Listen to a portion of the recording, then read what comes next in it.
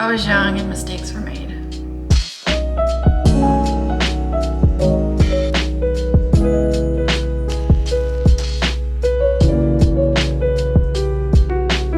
I can't believe I ordered a fondant wedding cake, even though I hate fondant. That's not to say that fondant cakes aren't beautiful, they are. And the people who can use fondant are even more extraordinary because that is like real talent. And I felt like we were kind of missing out on a decorating component for all our little treats and chocolates, because normally what we'd use fondant for are those cute little designs and things like that, until I found out about modeling chocolate. And I had never heard of modeling chocolate until very recently. It's very similar to fondant in the way that it feels and acts.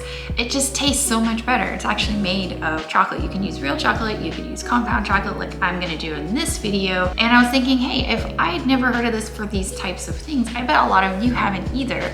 So let's make a video about it. So we are going to be making a white modeling chocolate, also known as modeling clay, because we're going to be using compound chocolate. I painted mine to look like lemons, but you can decorate yours in any way you like. So modeling clay only has two ingredients: compound or coating chocolate and corn syrup. The only thing you have to remember is a ratio of 5:1 so that you can make any amount of modeling clay that you like. I like to make a lot all at once and then store it since it keeps for a really long time. So this is 10 ounces of white compound chocolate from Merkin's, and I'm going to add 2 ounces of corn syrup. So there's your 5:1. So you want to melt all of the white chocolate down first and then add your corn syrup. Now take a spatula and slowly stir your corn syrup into the chocolate. First, it's going to seem all fine and good, and then you're going to get to a point where it's going to kind of turn into a paste and kind of grainy, and you're going to think that you did something terribly wrong, like your chocolate seized. And if you've ever experienced chocolate seizing, it's when the chocolate turns into kind of like a sandy texture that you can't use. This is kind of what's happening, but we want this to happen. So just keep stirring until it reaches a point where you can't really mix it anymore, like what I'm showing here. And then we're going to pour it onto some plastic wrap. So you should be able to pick up the whole thing and then wrap it nice and tight and form it into a square so that it's going to be easier to roll out in the next step.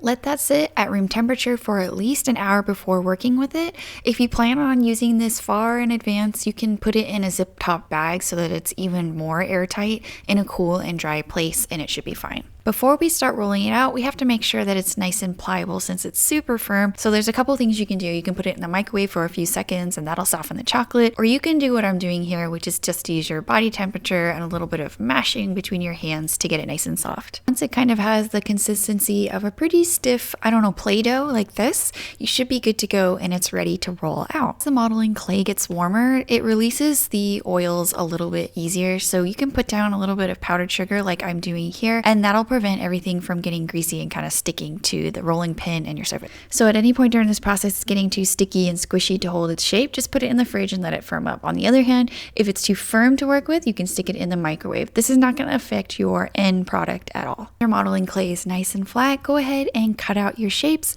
and I like to use a flat spatula so that I can transfer perfectly straight shapes over to my tray for decoration. There's a couple different things that you can do. I think the most popular thing right now, which is super cute, is to use what's called embossers, and they have little messages on them, and you can kind of just stamp these either fondant or modeling clay, and it gives it a really professional clean look. I, however, didn't have any of those. I've been meaning to order them. The only ones I had I inherited from my sister, and they only said like best wishes and things like that. I don't know, it didn't seem appropriate, so I'm just going to hand paint mine. I just melted some compound chocolate and then added some oil-based coloring, and we're just gonna treat it like paint. And the inspiration for these is one of my kids' teethers that I kept. It's actually a silicone teether that looks like a slice of a lemon. Super cute. So I'm just going to use this and kind of copy the design.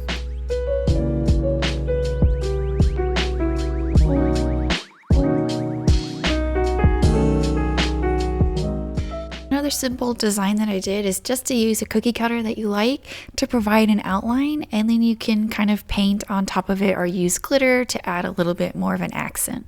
Now, before I decorated the tops of my cupcakes, I piped in some lemon curd that I had previously made, since these are lemon cupcakes, and I do have a video on my lemon curd if you're interested in doing that as well. So to fill any kind of cupcake, all you have to do is cut a hole in the center. Some people like to use an apple core. I just use a paring knife.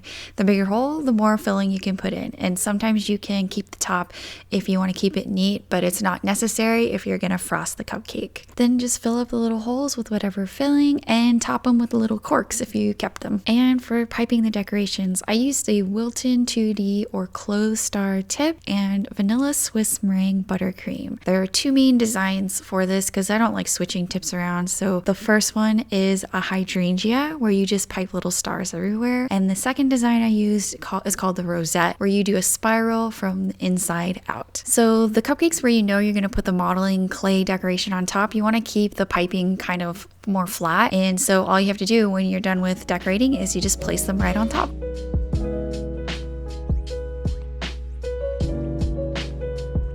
Okay, so we have the finished cupcakes here. Oh, it's not drop hot off the tray. It's nice and firm, but it still, you know, breaks out. Tastes like chocolate. So here's the lemon curd inside.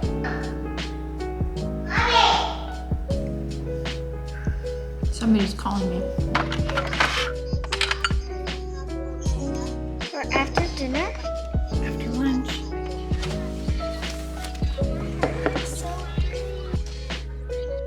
It's a scary monster.